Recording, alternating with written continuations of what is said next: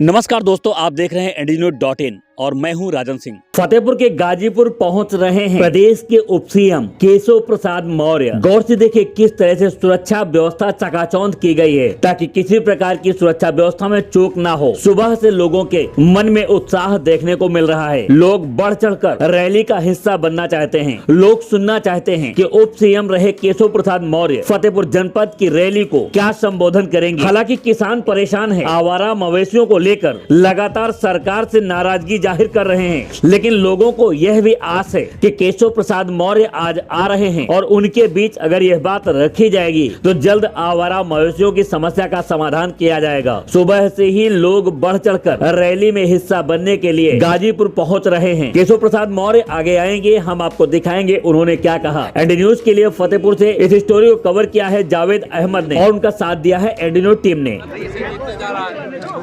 10 मार्च के बाद भाजपा की फिर से सरकार बनने जा रही है। विकास हमारा संकल्प है, विकास हमारी जिम्मेदारी है और गरीबों का और मजदूरों का और किसानों का सबसे पहले, नौजवानों को उज्जवल भविष्य सबसे पहले, मातृशक्ति का उत्थान सबसे पहले। अखिलेश यादव जी पहले ये बताएं, श्री अखिलेश यादव जी पहले ये बताएं कि अहमदाबाद कांड के दोषी समाजवादी पार्टी का प्रचार क्यों कर रहे हैं। 2012 से और 2017 तक जब वो सरकार में तो उन्होंने आतंकवादियों के मुकदमे क्यों वापस लिए। समाजवादी पार्टी का आतंकवादियों से क्या रिश्ता है, इस बात का जवाब दें। बाकी तो हम कमल खिली रहा है, बच्चों की जमानत जब्त कराने के लिए आया। इसे धीरे से बोलेंगे तो काम नहीं चलेगा। मेरे साथ दोनों हाथ उठा करके जोर से बोलिए, भारत माता की, भारत माता की, भारत माता की, जय श्री राम, जय श्री राम। भारतीय जनता पार्टी के अयातना विधानसभा क्षेत्र से प्रत्याशी मेरा छोटा भाई विकास गुप्ता नहीं है, ध्यान रखना। केशव प्रसाद मौर्य स्वयं यहाँ पर प्रत्याशी है, ये मान करके अभी से यहाँ से जाइएगा और कमल खिलाने के लिए पूरी ताकत लगाइएगा। ये आप सबसे निवेदन करता हूँ। हमारे मंच पर हमारे बहुत ही वरिष्ठ नेता जिनसे आपका रिश्ता मैं बताऊंगा तो कभी मैं सूरज को दीपक दिखा रहा हूँ। ऐसे पूर्व मंत्री आदरणीय बाबूजी श्री राधेश्याम गुप्ता जी, हमारे यहाँ प्रवासी के रूप में आए हुए छत्तीसगढ़ के हमारे सांसद आदरणीय सुनील सोनी जी, हमारे पूर्व मंत्री यहाँ पर अयोध्या पाल जी जो भारतीय जनता पार्टी परिवार का हिस्सा हो गए हैं। अयोध्या पाल जी को जान रहे हो आप लोग? अयोध्या पाल जी जब भाजपा का हिस्सा हो गए तो मैं उसी दिन समझ लिया था कि अब फिर दूसरी बार फतेहपुर में छक्का लगने वाला है। 6 की 6 सीटें भाजपा और गठबंधन जीतने वाली। हमारे मंच पर श्री तेज बहादुर सिंह जी, पूर्व जिला अध्यक्ष प्रभुदत्त दीक्षित जी, भाजपा के हमारे वरिष्ठ नेता जितेंद्र लोधी जी, हमारे विधानसभा के प्रभारी रामरतन प्रजापति जी, मंडल प्रभारी गाजीपुर पंकज त्रिपाठी जी, असोथर के असलम सिद्दीकी जी और हमारे मंडल अध्यक्षगण गाजीपुर के हीरालाल लोधी जी, असोथर के हमारे अमित अग्निहोत्री जी और बहुआ के अरिमर्दन सिंह जी, हमारे ब्लॉक प्रमुख संतोष पासवान जी बहुआ, शत्रुघ्न निसार जी ब्लॉक प्रमुख असोथर और गाजीपुर के हमारे प्रधान विक्रम सिंह जी, हमारे जिले की मंत्री यहाँ मंच पर श्रीमती सुशीला मौर्य जी, क्षेत्रीय मंत्री के रूप में पार्टी की नेता श्रीमती सुधा मौर्य जी और मेरे साथ बहुत लंबे समय से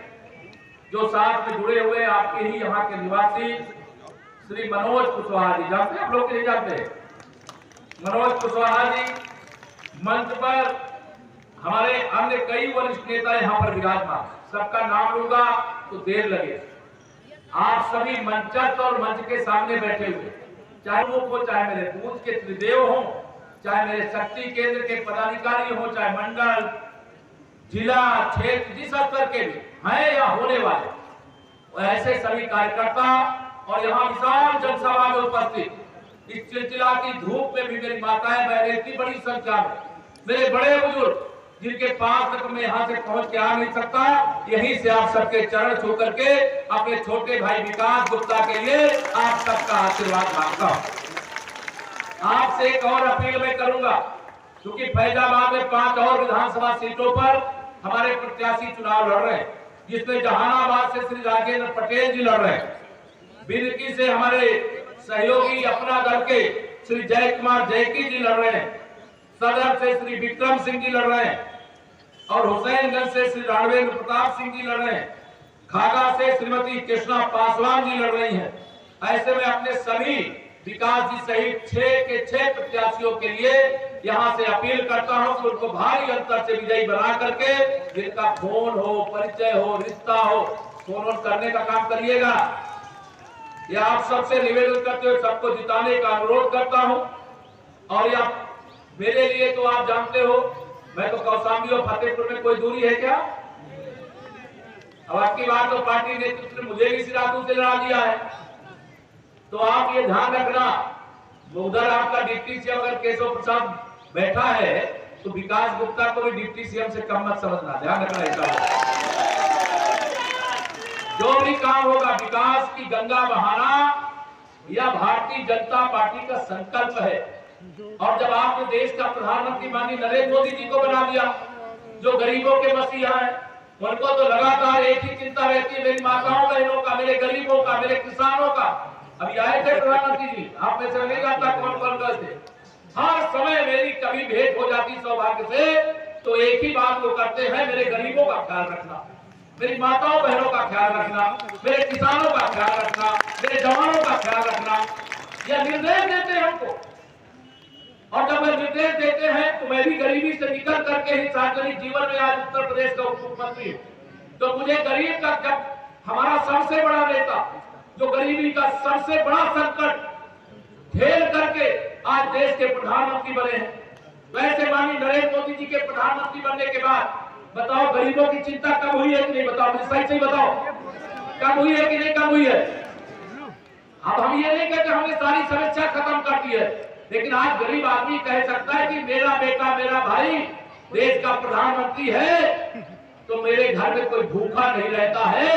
प्रधानमंत्री गरीब कल्याण अन्न योजना से महीने में 2 बार राशन पहुंचता है कि नहीं पहुंचता है? बताओ मेरे, पहुंचता है कि नहीं पहुंचता है? और अगर ये सपा बसपा कांग्रेस वाले बेईमान होते तो आपका राशन खा जाते, भाषण लेकर के चले जाते। लेकिन मोदी जी और योगी जी के रहते हुए आपका राशन कोई खा नहीं सकता। जो खाता है वो प्रधानमंत्री जी ने कहा है, मैं न खाऊंगा न खाने दूंगा, और जिसने खाया उसको भी निकाल करके मैं गरीबों के चरणों में, माताओं बहनों के चरणों में, किसानों के चरणों में पहुंचा देने का काम करूंगा। हमारी सरकार गरीबों की सरकार है, किसानों की सरकार है, माताओं बहनों की सरकार है, मेरे नौजवानों की सरकार है। इसलिए आप सबको आने वाली किस तारीख को मतदान है, याद है? अपना चुनाव निशान किस नंबर वाले बटन पे है? दूसरे नंबर पे चुनाव निशान का, जो जोर से बोलो, माताओं तो बोलो, कमाल इधर भी ना, सब लोग इधर बोली दे रहे, इतनी बड़ी भीड़ में देख रहा हूं, जगह कम पड़ गई है। सब लोगों से मेरा निवेदन है, कमल का फूल ये खुशहाली का प्रतीक है, और समाजवादी पार्टी की साइकिल तो आतंकवादियों के रिश्तेदार है। अभी अहमदाबाद में सीरियल ब्लास्ट 2008 में हुआ था, वो ब्लास्ट करने वाले आतंकवादियों की रिश्तेदारी समाजवादी पार्टी श्री अखिलेश यादव से है। और वहां पर अभी कल जो सजा सुनाई है न्याय कोर्ट ने, 38 लोगों को, 38 आतंकवादियों को, देश के दुश्मनों को फांसी पर लटकाने का फैसला सुनाया है। हम उसका स्वागत करते हैं। और 11 लोगों को आजीवन कारावास की सजा, 2008 का ब्लास्ट, और 2012 में श्री अखिलेश यादव जी ने उत्तर प्रदेश में जातिवाद फैला करके, लोगों को भ्रम में डाल करके सरकार बना दिया था। और जब सरकार में आए तो उन्होंने आतंकवादियों के मुकदमा वापस लेने का काम किया था। हाई कोर्ट ने उनको मुकदमा वापस लेने से रोकने का काम किया था, और रोकने के बाद उनको भी सजा देने का काम हमारे देश के प्रदेश की न्यायालय ने किया है। क्या आतंकवादियों के रिश्तेदारों को आप सत्ता सौंपना चाहोगे? क्या जोर से बताओ, सत्ता सौंपना चाहोगे? क्या गुंडों के सरदारों को सत्ता सौंपोगे? क्या अपराधियों को सत्ता सौंपोगे? क्या जो आपकी जमीनों पर कब्जा कर लेते हैं, सरकारी जमीनों पर कब्जा कर लेते हैं। मेरे गरीबों के पास कितने ऐसे गरीब हैं जिनकी अपनी जमीन नहीं है? मेरे प्रधानमंत्री जी दिल्ली से कह रहे मेरे गरीबों को आवास बना करके दो। अब उनके पास जमीन नहीं तो कहां से दिया जाए? तो हमारी सरकार ने फैसला किया है, जो सरकारी जमीन खाली है पहले गरीब के नाम पट्टा करेंगे, उनको प्रधानमंत्री आवास देंगे, उनका पक्का घर बनवाने का काम करेंगे। और जो बड़ी बड़ी बिल्डिंगें बना करके बैठे, बड़ी बड़ी बिल्डिंगें बना करके बैठे हैं, उसमें बुलडोजर चलवाने का काम करेंगे। ठीक कर रहे हैं नहीं कर रहे? सब लोग खुश हो इससे, अपराधियों के खिलाफ कार्रवाई से खुश हो। लेकिन अखिलेश यादव जी बड़े नाराज, वो कह रहे हैं कि नहीं, एक पुलिस वालों वहां पे सुना करके इस सभा में, जो पुलिस दिन रात उनकी सुरक्षा कर रही है, जो सभा में वो गए तो कोई उनके पास पहुंच करके उनको कोई चोट ना पहुंचा दे, बचाने का काम कर रही है। वो मंच से खड़ा होकर के कहते हैं पुलिस वालों को, बदतमीज है, बदतमीज है पुलिस वाले। मैं जानता हूं श्री अखिलेश यादव जी वो नहीं बदतमीज है, आप और आपका संस्कार ही गलत है, इसलिए प्रकार की भाषा बोलने का काम करते हैं। और आपको 5 साल में जो दर्द है ना, वो मुंह पर आ गया। मेरे पुलिस के जवानों ने बड़े बड़े गुंडे और अपराधियों को ठोक ठोक करके जहां उनको रहना चाहिए वहां भेज देने का काम। इसे पुलिस के जवानों के ऊपर अस्तरहीन भाषा का प्रयोग करोगे। हमारे वहां पर लड़ रहे हैं भारतीय जनता पार्टी के प्रत्याशी करहल, मैनपुरी जिले प्रोफेसर एसपी सिंह बघेल, बाल समाज चाहते बघेल जानते होंगे सब लोग, उनके ऊपर हमला करवा दिया अपने पालतू गुंडों से। उनको मालूम नहीं है कि 10 तारीख तक तो चुनाव आयोग के आदेश से जो गुंडों के खिलाफ कार्रवाई हो रही है वो होगी, लेकिन 13 तारीख से बिल्कुल बुलडोजर तैयार है।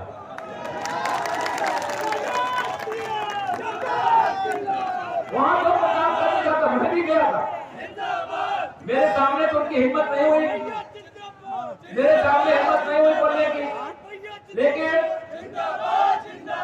लेकिन वहां पर हमारी एक बहन गीता साग के राज्यसभा की सांसद है, वो प्रचार करने गई, उनके ऊपर हमला करवा दिया।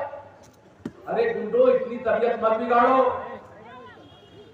बस उड़ करके सैफई चली गई।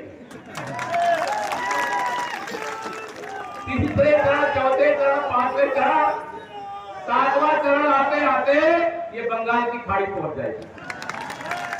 मैं आपको विश्वास से कहता हूं, पूरे सब लोग समझते हो कि आपका सारा अधिकार लूट करके ये गुंडों अपराधियों को देने का काम करने वाले लोग हैं, चाहे वो सपा वाले हो, चाहे बसपा वाले हो, चाहे कांग्रेस वाले हो। यह सुविधाएं जो आज आपको मिल रही है, ये पहले भी मिल सकती थी। प्रधानमंत्री आवास पहले भी मिल सकता था। मेरी माताओं बहनों बताओ, मेरे प्रधानमंत्री जी ने सबके घर में शौचालय तो पहले बनता था, वो कागज में बना करके पैसा खा जाते थे। बताइए, लकड़ी बाड़ा, बकरी बाड़ा के अलावा कुछ शौचालय रहता था क्या पहले वाला? लेकिन जब से माननीय प्रधानमंत्री जी नरेंद्र मोदी जी बने, आपका बेटा, गरीबों का मसीहा, तब से शौचालय, एक को शौचालय नहीं कहते, उसको इज्जत घर कहते। हम भी अपने घर की माताओं बहनों को देखें, शाम और सुबह तो कोई को जाना पड़ता है शौच के लिए, समझ में आता है, लेकिन कभी कोई दिन में कोई समस्या पड़ जाए तो वो कहां उनको जाना पड़ता था? सड़क के किनारे, खरंजा के किनारे, चक्रोट के किनारे बैठना पड़ता था। कितना उनको कष्ट होता था। माननीय प्रधानमंत्री जी ने कहा, सबसे पहले मेरी माताओं बहनों को शौचालय बना करके देने का काम करो। पूरे देश में, पूरे प्रदेश में हम उत्तर प्रदेश नंबर 1 पर शौचालय बना करके देने का काम किया। प्रधानमंत्री आवास योजना में भी बहुत आवास मिला, भी बहुत से बाकी है, लेकिन 10 मार्च के बाद आप ध्यान रखना, कई लोग, कई हमारे प्रधान जी हमारे हैं और कई हमारे नहीं भी है, उनको अभी सपा बसपा कांग्रेस के समय के हिसाब से कई को 4-4 घर दे देंगे और कई को अभी एको घर नहीं मिला। सही है कि नहीं है? लेकिन आप चिंता मत करना, आप चिंता मत करना। 10 मार्च के बाद मुझे तो पूरा विश्वास है, आपको विश्वास होगा, मुझे लगता है 10 मार्च को 11 बजे सपा बसपा कांग्रेस का 12 बज जाएगा, 9 बज जाएगा, क्योंकि वोटों की गिनती में फिर कमल खिल जाएगा आप सबके आशीर्वाद से। और जिनको घर नहीं मिला है, जिनको तमाम जरूरतों को पूरा होना चाहिए नहीं पूरा हुआ है, मैं विकास जी से कहूंगा मुझे भी जरा एक बार बुला लीजिएगा, हम गांव गांव कैंप लगवा करके जिनका घर नहीं बना, जिनका पेंशन नहीं बनी है, जिनके पानी दिलवाने का काम करें। हमारी सरकार का पहला कार्यकाल तो टेलर था, पहला कार्यकाल टेलर था, टेलर। और दूसरा कार्यकाल आएगा तो पूरी पिक्चर दिखाने का काम करें। अरे जब तक गरीब आदमी, अभी आशीर्वाद भी दे रहे हैं, अगर आप सब आशीर्वाद नहीं देते तो देश में भी और प्रदेश में हमारी सरकार नहीं होती। ये गरीबों के आशीर्वाद की सरकार है, इसलिए हम गरीबों के लिए खजाना क्यों ना खोले बताइए? हम गुंडों अपराधियों के लिए, माफियाओं के लिए खजाना खोले क्या? शराबियों के लिए, माफियाओं के लिए, दंगा करने वालों के लिए नहीं खोल सकते। उनको तो हम केवल जेल भेज सकते हैं, उनको सजा दे सकते हैं, उनके खिलाफ कार्रवाई कर सकते हैं, लेकिन गरीब भूखा नहीं रहेगा। और अभी एक और फैसला हुआ है, गरीब भूखा जैसे नहीं रहेगा राशन के माध्यम से, वैसे गरीब प्यासा भी नहीं रहेगा। माननीय प्रधानमंत्री जी जानते हो क्या योजना बनाया है? योजना बनाया है, अभी तो आप विकास जी से कहते हो मेरे यहाँ हैंडपंप लगवाओ, कहते थे ना, लेकिन अब हैंडपंप नहीं, मोदी जी ने कहा है जैसे हर गरीब आदमी को, जिनके पास पक्का मकान है उनको पक्का मकान, जिनके पास रसोई गैस का कनेक्शन है उनको रसोई गैस का कनेक्शन, जिनके पास आए इलाज के लिए कार्ड है उनको इलाज का कार्ड, जिनके घर में बिजली नहीं पहुंची सरकारी पैसे से उनके घर में बिजली का कनेक्शन लगाओ। लग रहा है कि नहीं लग रहा? ये सब काम करें। अब उन्होंने आगे कहा है कि अब देखो मेरे विधायक सांसद तो सबको पानी पहुंचा नहीं सकते, इसलिए अब आपकी जिम्मेदारी है, भारत सरकार ने योजना बना दिया है, हर घर तक नल से जल पहुंचाने के लिए गांव गांव में पानी की टंकी लगवाने का काम। हम तो एक तरह से फतेहपुर वाले बुंदेलखंड से ही जुड़े हुए हैं। आप बताओ 5 साल पहले जब भाजपा नहीं थी, बुंदेलखंड के लिए पानी के लिए त्राहिमाम मचा रहता था, नहीं लगा मचा रहता। अब कोई आवाज आती है क्या? बुंदेलखंड में हर घर में पानी पहुंचा देने की लाइन पहुंचा दी गई है। अब वहां किसी विधायक सांसद को हैंडपंप देने की जरूरत नहीं है। वैसे पूरे उत्तर फतेहपुर में भी और कौशाम्बी में भी और पूरे उत्तर प्रदेश के बाकी जिलों में भी कमल खिलते ही दूसरी पारी शुरू होते ही यहाँ पर घर घर नल से जल पहुंचाने का काम किया जाएगा। जो मेरी विधवा माताएं बहने उनको कई बार पेंशन पर 30 रुपया महीना सपा वाले देते थे, 1000 रुपया महीना दे रहे हैं, और 10 तारीख जब दूसरी पारी शुरू होगी 1500 रुपया महीना देने का काम है। प्रधानमंत्री किसान सम्मान निधि 2-2000 तक तो मिल रही है, नहीं मिल रही तो किसान है, मिल रही, पूरा पैसा मिल रहा है, पूरा पैसा मिल रहा है, पूरा पैसा मिल रहा है। 2-2000 की किस्त माननीय मोदी जी दिल्ली से बटन दबाते हैं, मेरे अन्नदाता के खाते में सीधे पहुंचा देने का काम है। और ये सपा बसपा वाले तो कमीशन खाने वाले हैं, अगर 2000 भेजते वहां से तो पहले 1700 का उन्हीं के खाते में चला जाता। 2 लाख करोड़ भेज चुके अब तक किसानों को, और 2 लाख करोड़ में से सब आप समझिए कि अगर वो होते तो आपको 30,000 करोड़ रुपया मिलता, 1,70,000 करोड़ रुपये बेईमान खा जाते। इसलिए सबका साथ सबका विकास भाजपा कर रही है, इसलिए सबके आशीर्वाद के लिए मैं आप सबका हाथ जोड़ करके निवेदन कर रहा हूं। और प्रत्याशी मैंने कहा यहाँ विकास गुप्ता तो है, लेकिन केशव प्रसाद गौर भी प्रत्याशी है। और आप सबसे आज मैं एक अपील करना चाहता हूँ, आप सब क्या कै दिन बचा है? आज कौन तारीख है? 19 है आज, और 23 को वोट पड़ना है, 20, 21, 22 3 दिन का। आप सब प्रत्याशी बन सकते हो क्या मेरी ओर? जो प्रत्याशी की तरह काम 3 दिन कर सकते, जरा हाथ उठा के बताओ। तब तो विरोधी की जमानत जब्त हो गई। साइकिल के बंगाल की खाड़ी में उसको भेजने का जो काम है वो आप सब करोगे, और मुझे पूरा विश्वास है इस जनपद की हम सब आयात शाह सहित सभी 6 सीटें जीत करके उत्तर प्रदेश में 10 मार्च के बाद फिर से भाजपा की सरकार बनाएंगे, जिससे फिर ये जो सुविधाएं आपको मिल रही है, ये सुविधाएं मिले ही नहीं, आगे भी बढ़ करके मिले। और यह भाजपा ही कर सकती है, कमल का फूल ही कर सकता है, क्योंकि विकास हर काम के लिए पैसा चाहिए, लक्ष्मी जी चाहिए, और लक्ष्मी जी साइकिल में बैठ के नहीं आती है, हाथी में भी बैठ के नहीं आती है, हाथ के पंजे में भी बैठ करके, वो कमल के फूल पर बैठ करके आती है।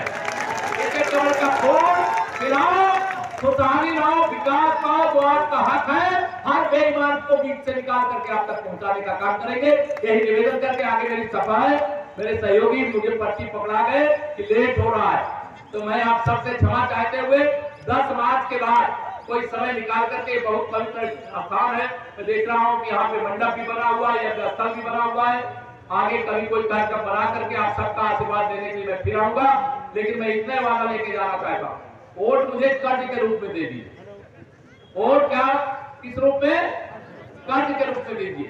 अब विकास तो है ही है, और मैं ब्याज के साथ विकास करके उसको चुका देने का काम करूंगा, ये आप सबको विश्वास दिलाता हूं। और आज से 3 दिन का समय पूरा का पूरा कमल खिलाने के लिए सब लोग लगाओगे।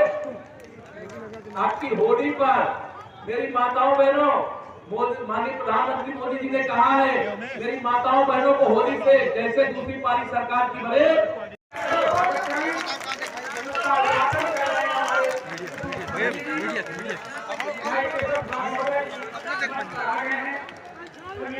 स्वागत कर रहे हैं। हम मुख्यमंत्री से चाहेंगे कि वो अपना स्थान ग्रहण करें।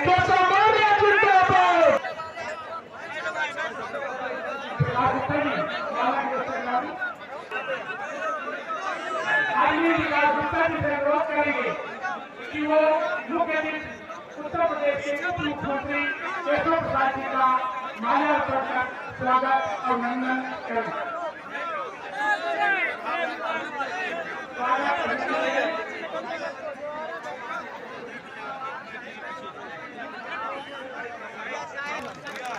इसके बाद विधायक जी के द्वारा मुख्यमंत्री का स्वागत। उत्तर जी से चाहेंगे कि कई बार विधायक रहे, मंत्री रहे, भाई अध्यक्ष प्रसाद जी का भी माल्यार्पण का स्वागत करें।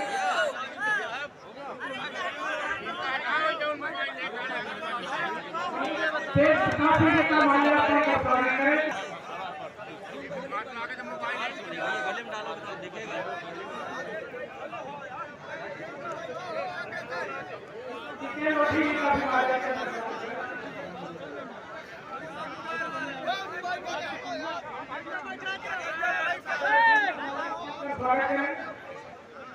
मुख्यमंत्री जी भी है, पुत्र के समान है,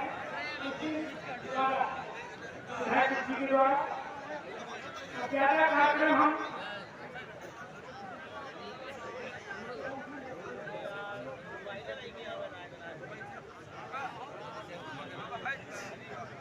मैं ज्यादा समय न लेते हुए और हमारे जीवन से आए मुख्यमंत्री जी बड़ी तस्वीरें